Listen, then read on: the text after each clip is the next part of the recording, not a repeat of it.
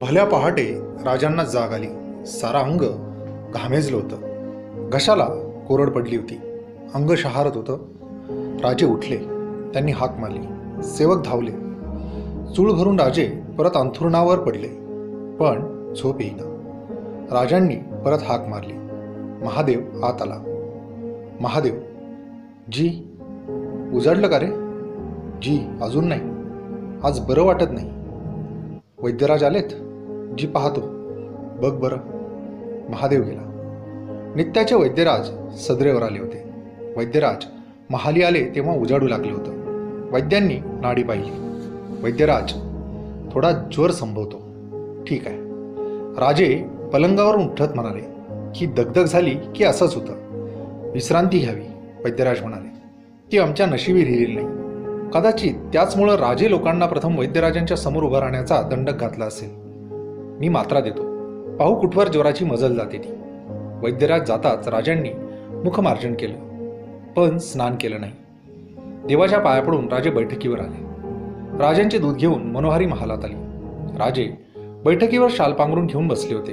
राजांनी आपलं दूध घेतलं. मनोहारी महालाबाहेर गेली. बऱ्याच वेळाने सोयराबाई महाली आल्या. राजांची दृष्टी सोयराबाईंवर खेळली. त्या अस्वस्थ दिसत होत्या. राजांच्यावर त्यांची नजर स्थिरावली नव्हती. कोणत्या तरी काळजीनं त्यांच्या मनात वादळ माजवल्यासारखं वाटत होतं. त्यांनी गडबडीने विचारलं, तब्येत बरी नाही? कोण म्हणतं? त्या प्रश्नाने सोयराबाई दचकल्या. स्वतःला सावरीत त्या म्हणाल्या, कोणी नाही, पण चेहरा सांगतो ना. तब्येत बरी असती तर कोणी झोपून का राहिलं असतं? राणीसाहेब, चेहऱ्यावर जाऊ नका. चेहरे फार फसवे असतात. आमची तब्येत बरी आहे. जा तुम्ही. सोयराबाई त्या बोलण्याने संतापल्या. संताप आवरीत त्या म्हणाल्या, जेव्हा तेव्हा तोडून बोलायचं. येऊ नये म्हटलं तरी मनाला राहवत नाही. तेही समजलं. आमची प्रकृती बरी नाही. वैद्यांनी आम्हाला विश्रांतीचा सल्ला दिलाय. तुमची हरकत नसेल तर थोडी विश्रांती घ्यावी म्हणतो. सोयराबाई निघून गेल्या. राजांनी सेवकाला बाळाजींना बोलवायला सांगितलं. बाळाजी लेखन साहित्य घेऊन महाली आले. राजे बसल्या जागेवरून काही खास किल्लेदारांची पत्र बाळाजींना सांगत होते. 2 पत्र सांगून झाली. राजे उठले. पलंगावर झोपत ते म्हणाले, बाळाजी, आज बसवत नाही. आम्ही झोपून सांगतो. राजांनी कसं बसं एक पत्र पुरं केलं आणि ते आपणहून म्हणाले, पुरे बाळाजी. उरलेली पत्र याच नमुन्याने लिहा. आता आम्हाला सांगवत नाही. महाराज, वैद्यांना बोलावू? नको. सकाळीच त्यांनी तब्येत पाहिली. बाळाजी गेले. राजांचा ज्वर चढतच होता. 2 प्रहरपर्यंत ती बातमी वाडाभर पसरली. वैद्यांनी मात्रा दिल्या. महाराज साऱ्यांच्या इरझाऱ्या सुरू झाल्या.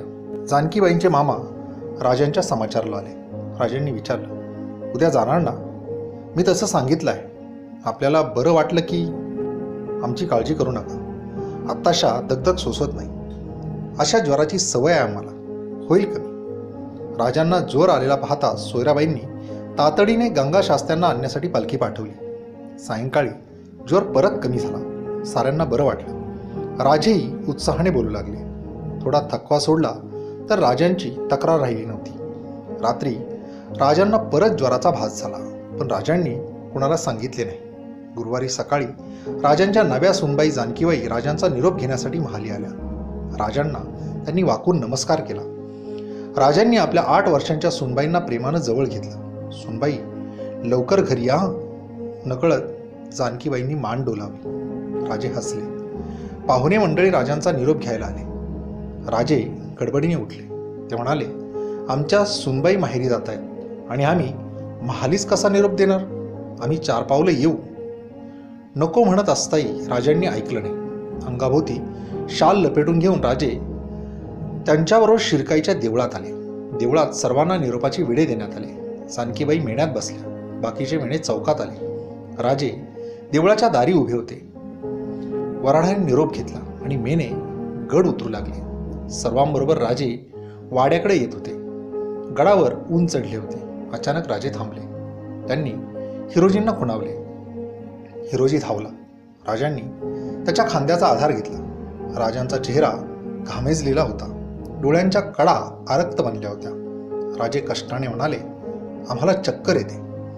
पालखी मागू? राजांनी होकारार्थी मान हलवली. प्रल्हाद निराजी पुढे आले.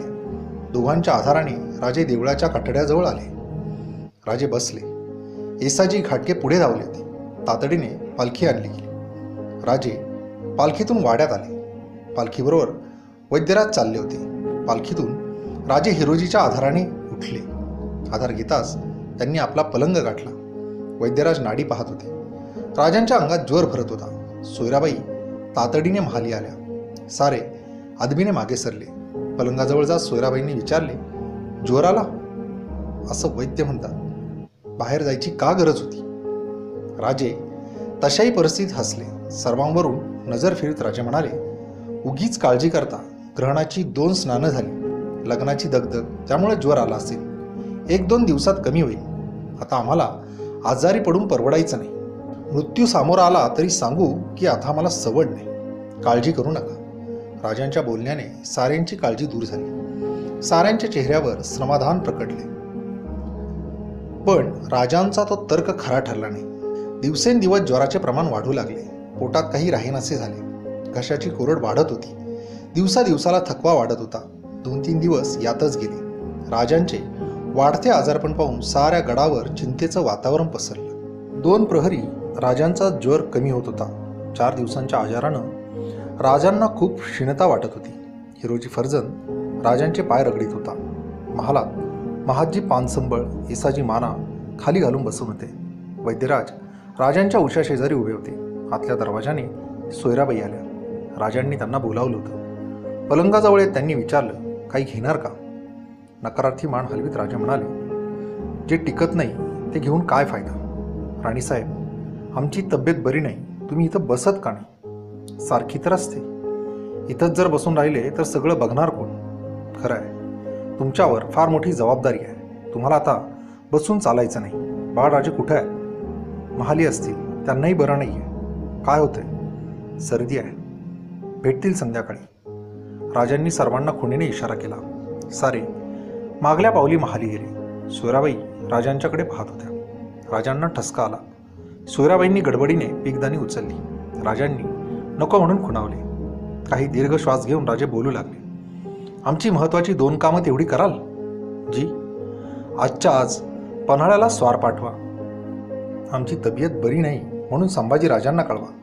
तातडीनं त्यांना गडावर बोलून घ्या. बरं. तसंच गडाखाली धाकट्या राणीसाहेबांना निरोप पाठवून त्यांना पालखी पाठवा. एवढं ताबडतोब करा. बरं. राणीसाहेब, आम्हाला खूप बोलायचं आहे. वैद्यांनी बोलू नये, विश्रांती घ्यावी असं सांगितलंय. बरं वाटू लागल्यावर बोललं तर नाही का चालणार? राजांनी सोयराबाईंच्याकडे रोखून पाहिले. सोयराबाईंची नजर पायांकडे वळली. राजे मंद हास्य करीत म्हणाले, असं म्हणता? तसं करू. श्रींची इच्छा. महादेव आत आला. त्याने वर्दी दिली. महाडचे गंगाशास्त्री आले. योग्य वेळी आले. पाठवा. सोयराबाईंनी विचारले, मी जाऊ? बरं. राजांनी संमती दिली. सोयराबाई गेल्या. प्रल्हादपंत निराजीसह वैद्यराज महालात आले. त्यांनी राजांना मुजरा केला. राजे म्हणाले, वैद्यराज, वैद्यांनी आशीर्वाद द्यावे. पाया पडू नये. आपल्याला त्रास झाला. नाही महाराज, सेवे इतका आनंद नाही. वैद्यराज उंच पुरे होते. वयाची 70 ओलांडूनही ते ताट उभे होते. मस्तकी केशरी रुमाल बांधला होता. अंगात अंगरखा, पायी तलम धोतर असा त्यांचा वेश होता. रुंद कपाळावर गंधाची मुद्रा होती. पिकल्या भोया मिशा आणि चेहऱ्यावर उठलेल्या रेषा वयाचा अंदाज सांगत होत्या. पिकल्या लिंबाची कांती शरीरावर विलासत होती. वैद्यराजांची शांत नजर राजांच्यावर स्थिरावली होती. राजे म्हणाले, वैद्यराज, या ना. पहा आमच्या प्रकृतीत काय बिघाड झालाय तो. एक पाहुले पुढे न सरकता गंगावैद्य म्हणाले, ते पाहतोय. काही क्षण गंगावैद्य तसेच उभे राहिले. आपल्या लांब सडक निमुळत्या बोटांचे हात त्यांनी एकमेकांच्यावर चोळले. पुढे होऊन त्यांनी राजांचा हात हाती घेतला. मिटल्या डोळ्यांनी ते राजांची नाडी पाहू लागले. नाडी पाहून वैद्यराजांनी सांगितलं, औषध देतो. गंगाशास्त्र्यांनी राजांच्या वैद्यांना खुणावलं. गंगाशास्त्र्यांच्या बरोबर वैद्य महालाबाहेर गेले. गंगाशास्त्री महाल चौकात आले. आजूबाजूला कोणी नव्हते. गंगाशास्त्र्यांनी विचारले, अमावस्येला राजांनी कुशावर्तावर 2दा स्नान केलं. त्यानंतर राजांची प्रकृती ठीक होती. वात, पित्त, कफात काही बदल नव्हता. चैत्र शुद्ध चतुर्थीला युवराजांच्या 8 नहाणाची मेजवानी झाली. रात्री राजे झोपले, पण पहाटे राजांना त्रास सुरू झाला. मी पाहिलं तेव्हा अंगात ज्वर होता. मात्रा दिली. सायंकाळपर्यंत राजांचा ज्वर उतरला.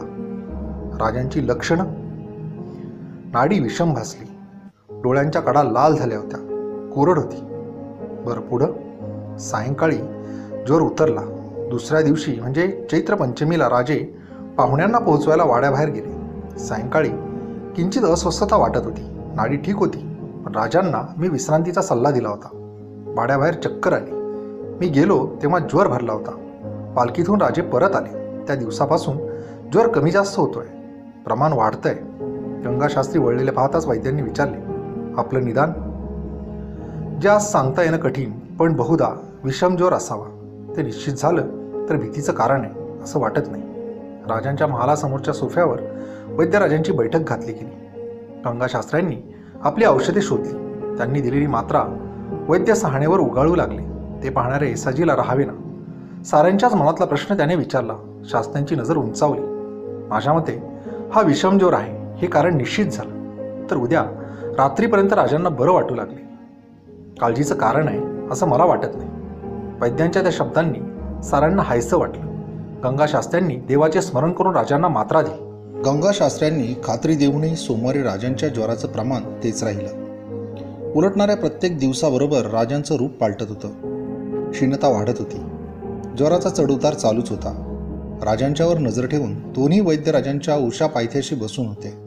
हिरोजी, येसाजी, महाजी, प्रल्हाद निराजी, बाळाजी औजी, राहुजी सोमनाथ ही नजीकची मंडळी अस्वस्थ मनाने महालात येरझाऱ्या घालीत होती.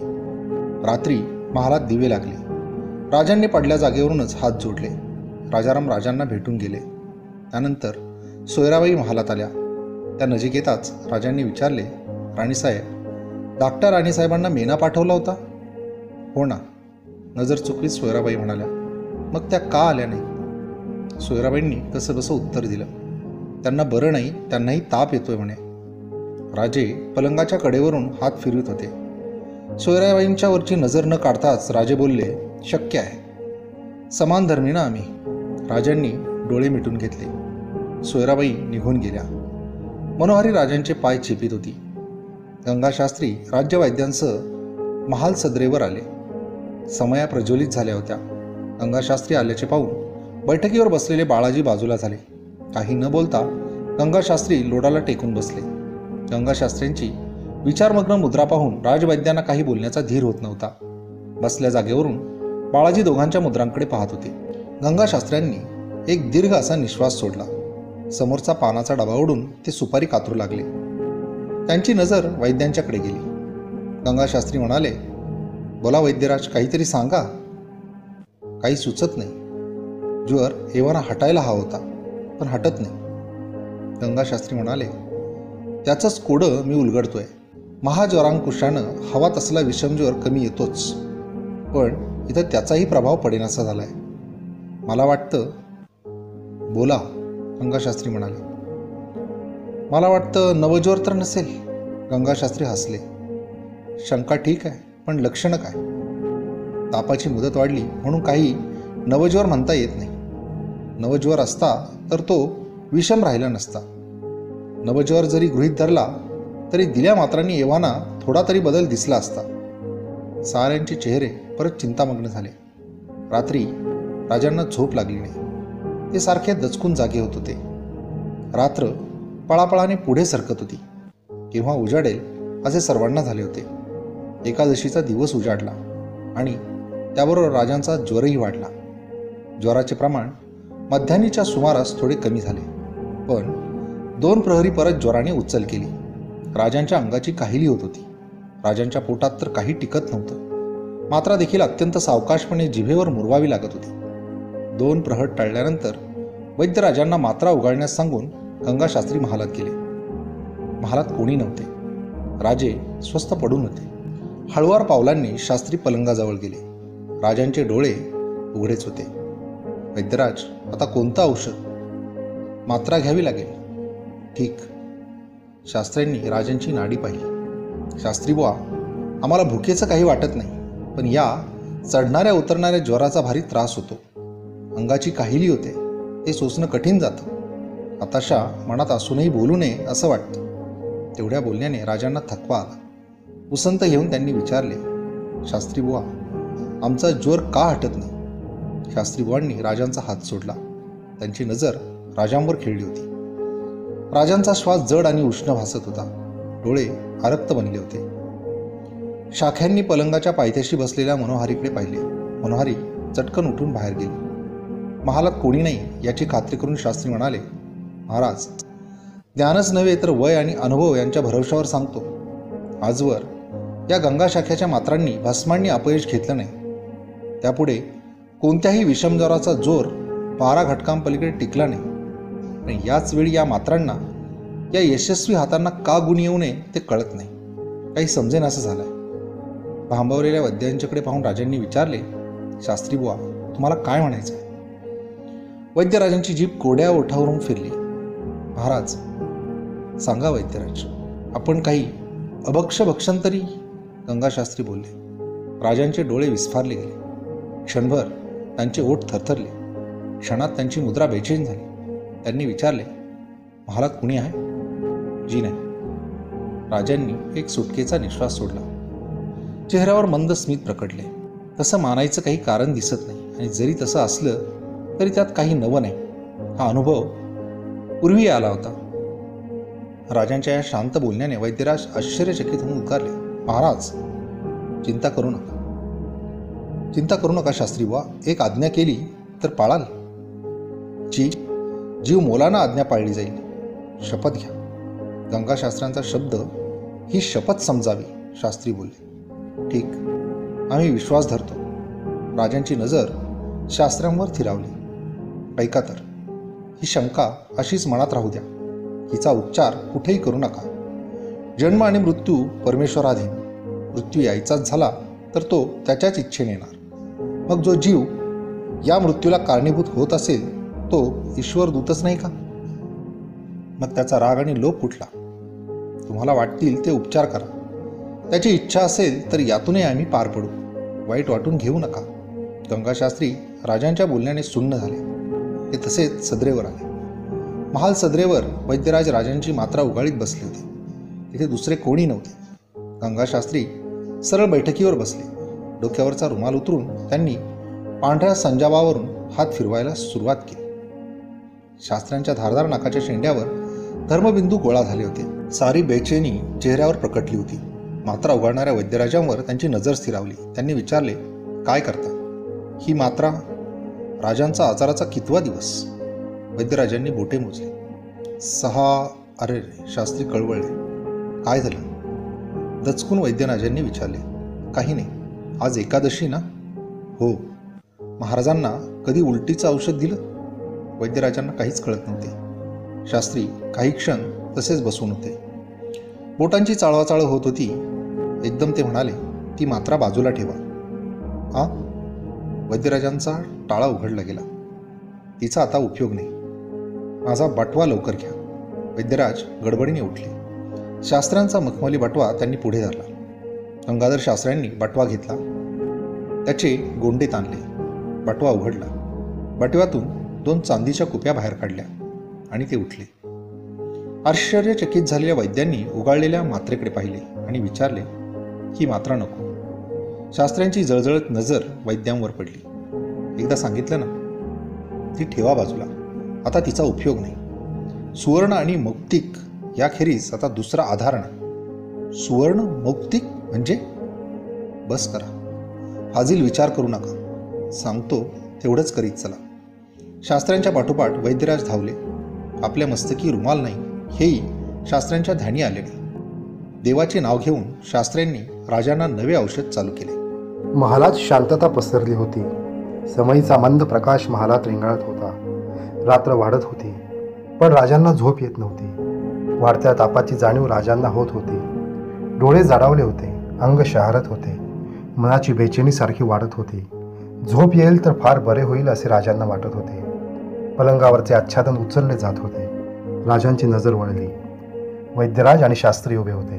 राजे जागे आहेत हे पाहून शास्त्री यांना आश्चर्य वाटले. त्यांनी चिंतायुक्त आवाजात विचारले, महाराज, झोप आली नाही? राजे हसले. वैद्यांनी नाडी पाहावी यासाठी हात उंचावीत ते म्हणाले, वैद्यराज, शांतपणे झोप यावी म्हणूनच आम्ही जागत आहोत. वैद्यराज म्हणाले, जी? न समजून वैद्यांनी विचारले, काही नाही. अद्याप किती रात्र आहे? जी, पहाट झाली. असं, आता उजाडायला फारसा वेळ लागणार नाही. राजे आपल्या समाधानात झोपून होते. राजांची नाडी पाहून वैद्यराज बाहेर जात होते. त्यांच्या चेहऱ्यावरची चिंता लपत नव्हती. गंगाशास्त्री यांनी राजांचे औषध बदलले हे साऱ्यांना समजायला वेळ लागला नाही. राजांचे वाढते आजारपण आणि गंगाशास्त्री यांची गंभीर चर्या यांमुळे साऱ्यांची मने व्याकुळ बनली होती. साध्या तापाचे निमित्त एवढ्या थरापर्यंत जाईल असे कोणालाही वाटले नव्हते. राजांची वाढती क्षीणता साऱ्यांच्या लक्षात येत होती. महालात पलंगाजवळच्या बैठकीवर सोयराबाई सदैव बसून होत्या. दरवाजा नजीकच्या दुसऱ्या बैठकीवर हिरोजी, महादजी, घाटगे, बाळाजी ही मंडळी राजांच्यावर नजर ठेवून असत. मनोहारी, महादेव आणि केव्हा तरी महादजी आळीपाळीने राजांचे पाय चेपीत. पाय रगडण्याने राजांना बरे वाटे. दिवस कसा बसा सरे, पण रात्र फार मोठी वाटे. रात्र संपली. महालात सकाळचा उजेड फाकला. समया शांत झाल्या होत्या. रात्रीच्या जागरणाने थकलेली माणसे महालाबाहेर गेली होती. सोयराबाई स्नानाला गेल्या होत्या. हिरोजी, घाटगे एवढीच मंडळी राजांच्या शेजारी होती.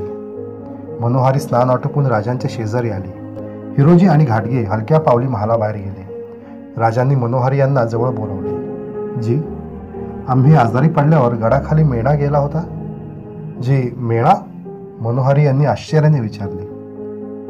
ठीक आहे, राजे समजले. त्याच वेळी गंगाशास्त्री आत आले. त्यांनी राजांची नाडी पाहिली. राजांना त्यांनी विचारले, कसं वाटतं? आता काय वाटायचं, राजे म्हणाले. ठीक आहे, ज्वराची सोबत आहेच. कधीतरी मस्तकशूळ उठतो. आणि काय महाराज? आताशा बोलू नये असं वाटतं. मनात असूनही झोपून राहावं असं वाटतं. शास्त्री यांनी दीर्घ निश्वास सोडला. दरवाजापर्यंत गेलेल्या मनोहारी परत आल्या. त्यांनी राजांना निश्चलपुरी येत असल्याची बातमी दिली. सर्वांच्या नजरा दरवाजाकडे खेळल्या. निश्चलपुरी महालात येत होते. साऱ्यांनी त्यांना उत्थापन दिले. निश्चलपुरी राजांच्या जवळ आले. त्यांनी राजांना तीर्थ दिले. तीर्थप्राशन करून राजांनी हात जोडले. निश्चलपुरी म्हणाले, राजे, आज उतारा करायला हवा. राजे म्हणाले, करा. निश्चलपुरी गेले. वैद्यराज, शास्त्री सदरेकडे गेले आणि स्नान आटोपून सोयराबाई महालात आल्या. त्यांच्याबरोबर आलेल्या राजाराम यांनी राजांचे पाय स्पर्श केले. राजांनी त्यांना खुणेने जवळ बसवून घेतले. बाळराजे, स्नान पूजा झाली? बाळराजे म्हणाले, जी. महाराज म्हणाले, बाळराजे, तुम्ही लहान आहात. आमची तब्येत बरी नाही, पण आम्ही सांगतो ते लक्षात ठेवा. जी गोष्ट तुम्हाला आवडत नाही, पटत नाही, ती कधीही करू नका. खुद्द आम्ही सांगितले तरीही. महाराज म्हणाले. बाळराजा यांनी मान डोलवली. थकलेल्या राजांनी डोळे मिटून घेतले. राजाराम केव्हा गेले हेही त्यांना समजले नाही. तिन्ही सांजेला निश्चलपुरी महालात आले. त्यांच्याबरोबर त्यांचे शिष्यही होते. त्यांनी राजांच्यावरून कोंबडी आणि लिंबू ह्या गोष्टी उतरवून घेतल्या. राजांना अंगारा लावून काहीही न बोलता ते निघून गेले. राजांचा ज्वर वाढतच होता. अंगाचा दाह होत होता. राजांनी येसाजी यांना जवळ बोलावले. येसाजी, जी, आम्हाला झोप येत नाही. तू बोलत बसशील? राजे काहीतरी आठवत होते. येसाजी, अफजलवधाआधी आम्ही नेहमी आमच्या संगती एक चांदीची छोटी डबी बाळगत असो. आठवतं का? जी. अफजलवधानंतर तिचा पत्ताच लागला नाही. कुठंतरी हरवली. येसाजी ऐकत होते. आम्हाला थोरल्या राणीसाहेबांनी ती दिली होती. सांगितलं तर हसणार नाही? महाराज, थट्टा केली. आम्ही स्वारीला निघालो होतो. दुपारची वेळ होती. नुकतंच जेवण झालं होतं. निरोप घ्यायला मासाहेबांच्याकडे जायचं होतं. पान खाऊन कसं जाणार? तेव्हा राणीसाहेब यांनी केलेला विडा डबीत घालून दिला. राजे क्षणभर थांबले. येसाजी राजांच्याकडे पाहत होते. येसाजी, ती डबी हरवली, पण विडा मात्र तसाच तोंडात राहिला. बोलता बोलता राजांना परत ग्लानी आली. त्याच गुंगीत राजे पडून राहिले. मध्यरात्र उलटून गेली होती. वाड्यातले पहारे जागत होते. बाहेर आकाशात चांदणे उजळले होते. राजांच्या महालाबाहेर गंगाशास्त्री, राजवैद्य ही मंडळी झोपी गेली होती. दाराशी महादेव पहाऱ्यासाठी उभे होते. महालात समयीचा मंद प्रकाश पसरला होता. राजांच्या पलंगाजवळ मनोहारी पलंगावर हात ठेवून झोपी गेल्या होत्या. पलंगा शेजारी सोयराबाई शाल पांघरून लोडाला टेकून झोपल्या होत्या. दारानजीक बैठकीवर हिरोजी, घाटगे ही मंडळी गुडघ्यात मान घालून पेंगत होती. सर्वत्र शांतता वावरत होती. मोरोपंत, मोरोपंत. त्या हाकांनी शांततेचा भंग झाला. सारे खडबडून जागे झाले. क्षणभर कुठून आवाज आला हेही कळेना. राजांच्या पलंगावरून तो आवाज येत होता. तेथे धडपड वाढली होती. सारे पलंगाकडे धावले. राजे उठण्याचा प्रयत्न करीत होते. डोळे विस्फारलेले होते. चेहरा उग्र वाटत होता. कुणीतरी समय उजळले. सारे राजांना आवरण्याचा प्रयत्न करीत होते. बाहेरचे गंगाशास्त्री आले. राजांचे भान हरपले होते. राजे बोलत होते, मोरोपंत, सुरेख काम केलं, पण एक कसर ठेवलीत. मोरोपंत, आमचा 8वा महाल कुठं आहे? त्याच्या विना हा रायगड फार अपुरा वाटतो, फार अपुरा. राजांचे शब्द ओठांवरच विरत होते. हिरोजी राजांना हाक मारित होते, पण राजे ती हाक ऐकत नव्हते. हळूहळू राजांचे अंग सैल पडले. राजांनी डोळे मिटून घेतले. वैद्यांनी नाडी पाहिली. अंगात खूप जोर होता. गंगाशास्त्री यांच्या पाठोपाठ सारे महालाबाहेर आले. अद्याप साऱ्यांच्या अंगात कापरा खेळत होता. गंगाशास्त्री एवढे वयोवृद्ध माणूस, पण तेही धोत्राने डोळे टिपत होते. शास्त्री बुवा, खरं सांगा, राजांची तब्येत? येसाजी, मला आता काही विचारू नका. गंगाशास्त्री नाक ओढत म्हणाले, मी हरलो. माझ्या औषधांना यश आलं नाही. हे हात अपयशी ठरले. येसाजी, हे हात अपयशी ठरले. राजे संभ्रमावस्थेत जाऊ लागले. गंगाशास्त्री यांचे बोल सर्वांना ऐकू गेले. महालात दबलेले हुंदके उठत होते. गडावर दिवस आला होता.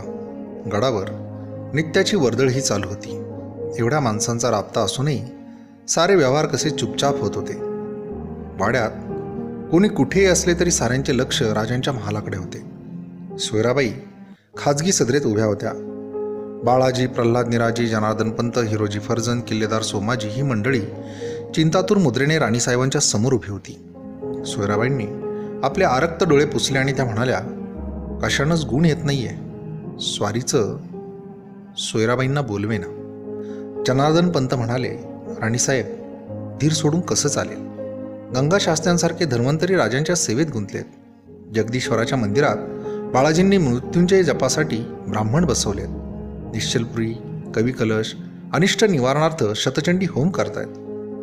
मग गुण का येत नाही? सोयराबाई त्रस्त होऊन म्हणाल्या, ते का आपल्या हाती आहे? जनार्दनपंत म्हणाले, पण अशा वेळी आपणच धीर सोडला तर आम्ही कुणाकडे बघावं? सोयराबाईंनी नाक ओढलं. सर्वांवरून नजर फिरवली. स्वारींनी बाळराजांच्यावर सर्व कारभार टाकलाय हे तुम्ही जाणताच. ते लहान आहेत. तुम्ही साऱ्यांनी त्यांना जपायला हवं. वेळ तर कसली. ह्याच वेळेला अणाजी, मोरोपंत, हंबीरराव सारे बाहेर. राणीसाहेबांनी मन कठोर करून सारी जबाबदारी घ्यायला हवी. बाळाजींनी सल्ला दिला. ते आम्हाला कळतं, म्हणूनच आम्ही तुम्हाला गोळा केलं, पण आमच्या आज्ञा पाळल्या जातील का? राणीसाहेबांनी ती चिंता करू नये. बाळाजी बोलले, आपली आज्ञा राजांची आज्ञा समजून आम्ही वागू. आमची हीच अपेक्षा होती. बाळाजी, आजपासून गडाचे दरवाजे बंद करून घ्या.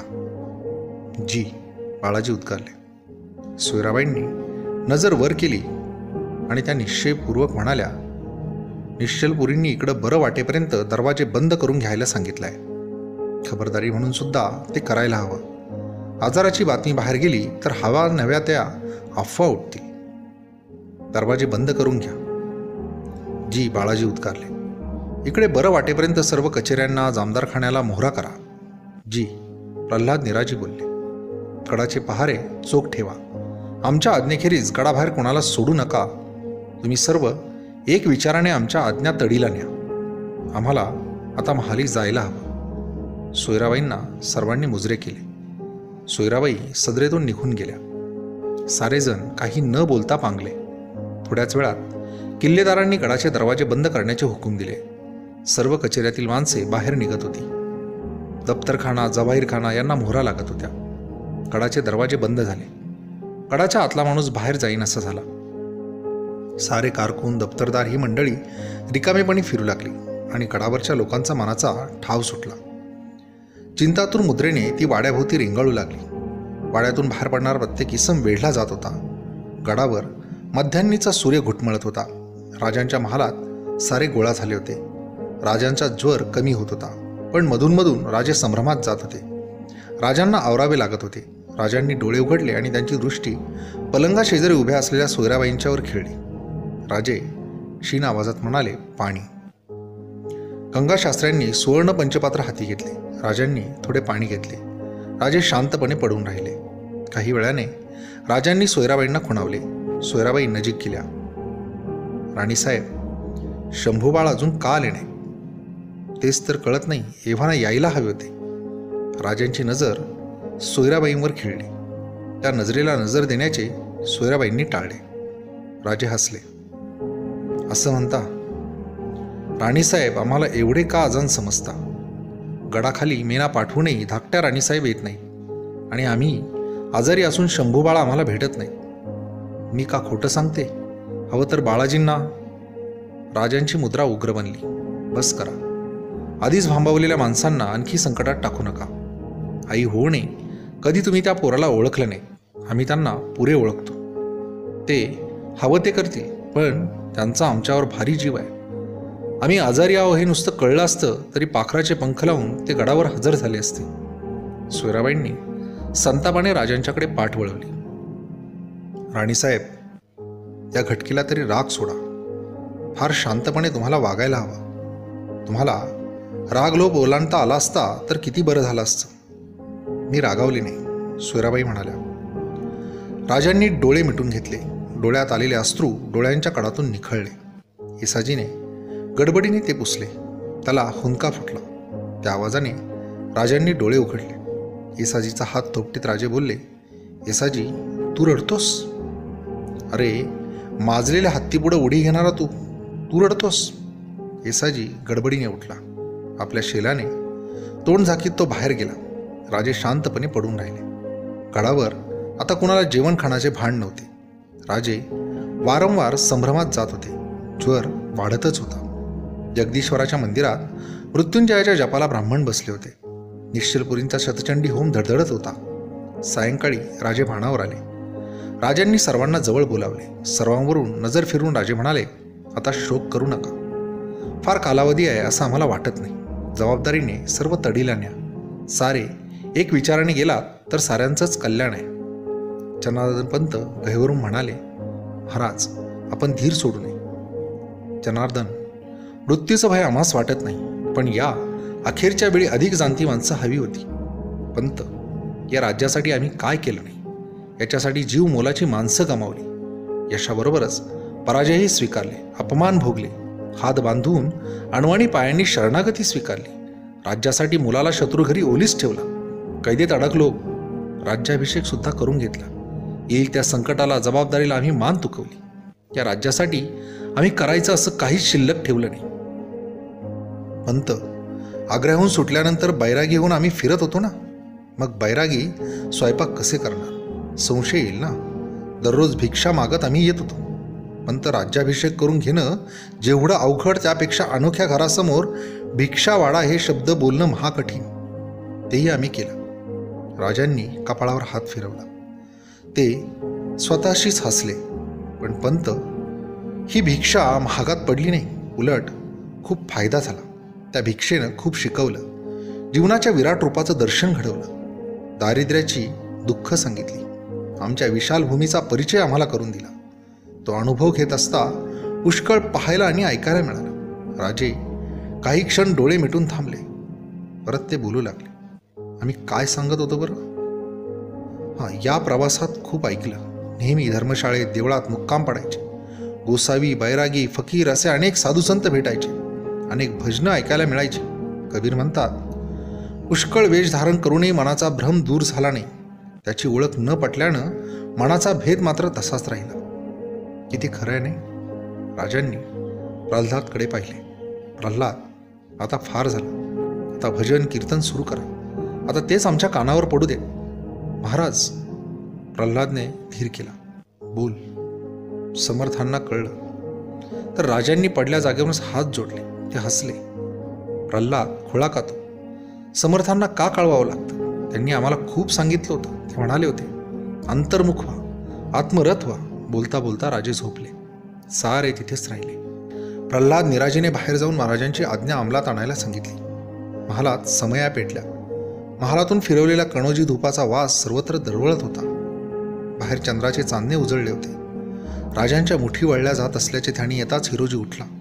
साऱ्यांना आता ती लक्षणे परिचित झाली होती. सगळ्यांच्या चेहऱ्यावर भीती तरळली. राजांना साऱ्यांनी धरले आणि खाडकन दरवाजे उघडावेत तसे राजांचे डोळे उघडले.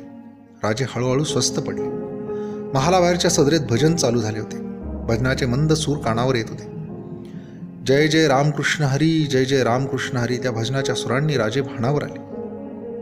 मिटल्या डोळ्यांनी ते भजन ऐकत होते. टाळ मृदुंगाचा आवाज भजनाची गती वाढवित होता. राजांच्या कानात समर्थांचे बोल घुमत होते. राजे, आता अंतर्मुख व्हा, आत्मरथ व्हा. अनेक आवाज मनात उठत होते. तुकाराम, मौनीबुवा, याकूत बाबा, अनेक संतांचे चेहरे नजरेसमोरून तरळत होते. समर्थांच्या मिठीत असता उदंड मायाने पाठीवरून फिरणारी त्यांची बोटे राजांना जाणवत होती. हातातल्या चिपळ्या उंचावून बेभानपणे नाचणारे केशवस्वामी राजांना दिसत होते. केशवस्वामींच्या अभंगाचे शब्द राजांना आठवत होते. त्या गुंगीत राजांचा थकवा जात होता. मन शांत होत होतं. थोड्या वेळाने राजे शांतपणे झोपी गेले.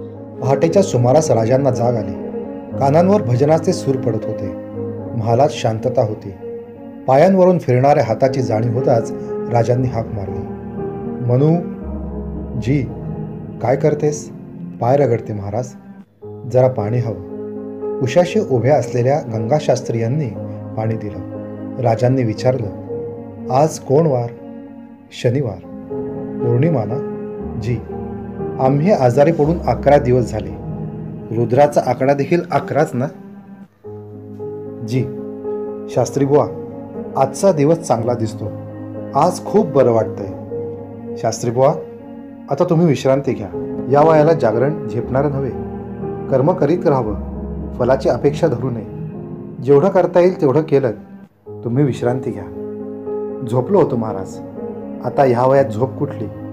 आपल्याला पाहायला आलो तोच आपण जागे झालात. दिवस उजाडला. शास्त्री यांनी राजांना मात्रा दिली. राजांची नाडी पाहिली. राजांनी हसून विचारले, कसली चिंता करता शास्त्री? ढासळणारा बुरुज ठेपा देऊन टिकत नसतो. चांगला दिवस आहे आजचा. चिंतेचं कारण नाही. शास्त्री यांना काही बोलवत नव्हतं. राजांचे रूप ते न्याहाळीत होते. शास्त्री एकदम बाजूला झाले. राजांनी पाहिलं तो सोयराबाई नजीक आल्या होत्या. सोयराबाई यांनी काळजीच्या सुरात विचारले, काही हवं का? नको. हवं ते मिळत नाही. हवे ते चेहरे दिसत नाहीत. राजे पुढे काही बोलले नाही. सोयराबाई संतापाने वळल्या. शास्त्री महालाबाहेर आले. राजवैद्य यांनी विचारले, राजांची तब्येत कशी आहे? आज महाराजांनी बरं वाटतं या, हिरोजी आशेने म्हणाले. शास्त्री यांनी दोघांकडे पाहिलं. ते खिन्नपणे हसून म्हणाले, दिसतं तसं असतं तर फार बरं झालं असतं. शास्त्री यांच्या त्या बोलण्याने दोन उभयताही चुपचाप झाले. हिरोजी यांच्या चेहऱ्यावर प्रगटलेली आशा लुप्त झाली. दाराशी आलेल्या मनोहारी यांनी सांगितलं, महाराज बोलावतायत. मला? शास्त्री यांनी विचारलं. सगळ्यांनाच. राजांच्या भोवती सारे गोळा झाले होते. राजे काहीतरी पुटपुटत होते. हिरोजी यांनी हाक मारली, महाराज. राजांनी डोळे उघडले. सर्वांवरून नजर फिरवली. राजांना साऱ्यांची ओळख पटली. भयभीत नजरेने शेजारी उभ्या असलेल्या राजाराम यांना त्यांनी जवळ बोलावले. कष्टाने त्यांच्या अंगावरून हात फिरवीत राजे म्हणाले, बाळराजे, फार लहानपणी फार मोठी जबाबदारी तुमच्या शिरावर येते. ती पेलण्याला जगदंबा तुम्हाला बळ देईल. बाळराजे, माणसं सोसण्यातून मोठी होतात हे कधीही विसरू नका. सोसण्याला कंटाळू नका. राजांची नजर सर्वांवरून परत फिरली. आता सारा शोक आवरा. तुम्ही चुकूर होऊ नका. हा तो मृत्यूलोकच आहे. यामागे किती उत्पन्न झाले तितके गेले. आता तुम्ही निर्मळ सुखरूप बुद्धीने असणे. आता सारे बाहेर बसा. आम्ही श्री यांचे स्मरण करतो. जा. सारे बाहेर गेले. राजांचे पाय दाबीत मनोहारी बसल्या होत्या. शेजारी हिरोजी उभे होते. गंगाशास्त्री राजांच्या पायांजवळ उभे होते. एकटक नजरेने ते राजांच्याकडे पाहत होते. राजांचे डोळे मिटले होते. श्वास जड चालू होता. राजांनी छातीवर हात घेतले होते. ओठ पुटपुटत होते. राजांनी हाक मारली, मनू जी, घाम आल्यासारखा वाटतो, जरा पुसतेस?